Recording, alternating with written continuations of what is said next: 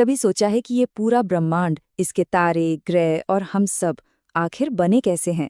इसका जवाब कुछ बहुत ही बुनियादी नियमों में छिपा है।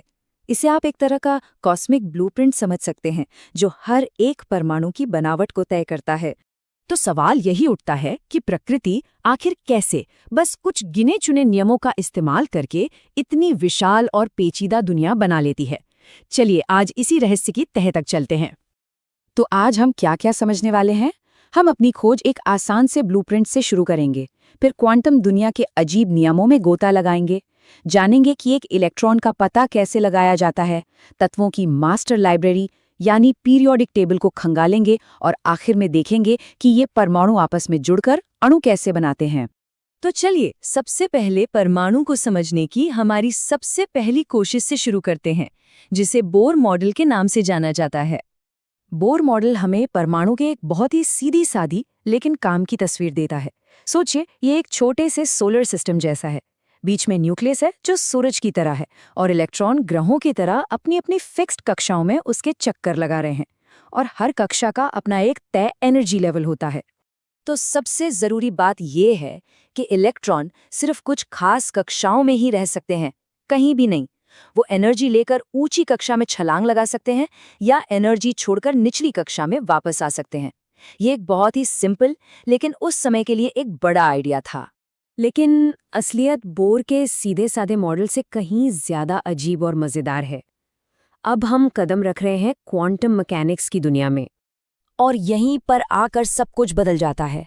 जहां बोर मॉडल हमें एक पक्की तस्वीर दे रहा था, वहीं क्वांटम मॉडल की नींव ही अनिश्चितता पर रखी है।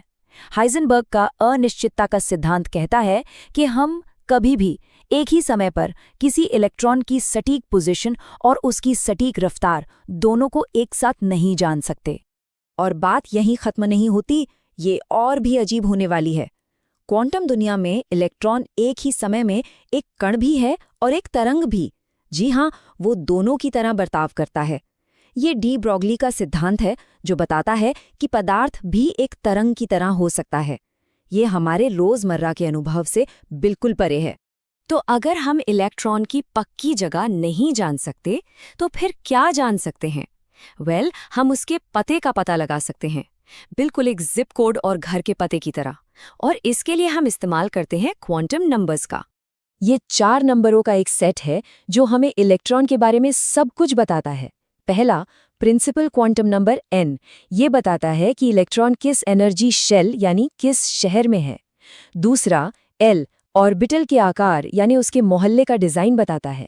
तीसरा, ml, ये बताता है कि वो ऑर्बिटल स्पेस में किस दिशा में है। और चौथा, ms, इलेक्ट्रॉन के स्पिन के बारे में बताता है कि वो ऊपर की तरफ घूम रहा है या नीचे की तरफ। और इन्हीं क्वांटम नियमों के आधार पर विज्ञान की सबसे खूबसूरत चीजों में से एक बनी है पीरियोडिक टेबल। ये सभी तत्वों के लिए एक मास्टर लाइब्रेरी की तरह है। ये टेबल बस यूं ही नहीं बना दी गई है, इसका हर कॉलम, हर पंक्ति सीधे तौर पर इस बात का नतीजा है कि इलेक्ट्रॉन क्वांटम नियमों के हिसाब से अपने ऑर्बिटल को कैसे भरते हैं। ये विज्ञान की एक शानदार उपलब्धि है।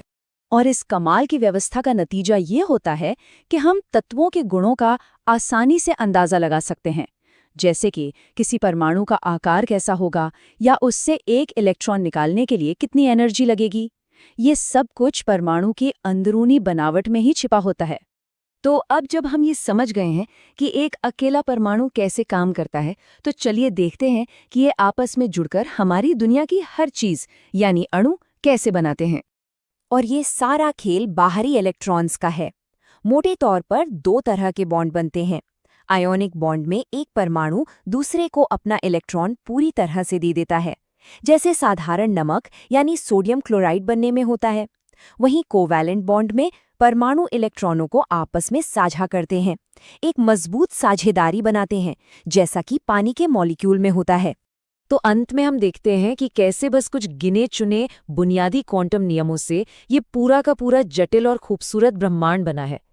परमाणु की संरचना ही हर चीज का आधार है, हमारे चारों ओर की दुनिया का छिपा हुआ ब्लूप्रिंट। जाने से पहले अगर आपको ये जानकारी पसंद आई हो तो चैनल को सपोर्ट करने के लिए सब्सक्राइब, लाइक और शेयर ज़रूर करें। और हाँ, अगर आपको कोई गलती नज़र आती है तो कमेंट सेक्शन में ज़रूर बताएं। आपकी प्रतिक्रिया हमें और बेहतर बनाने में मदद करती है। देखने के लिए आपका बहुत बहुत धन्यवाद।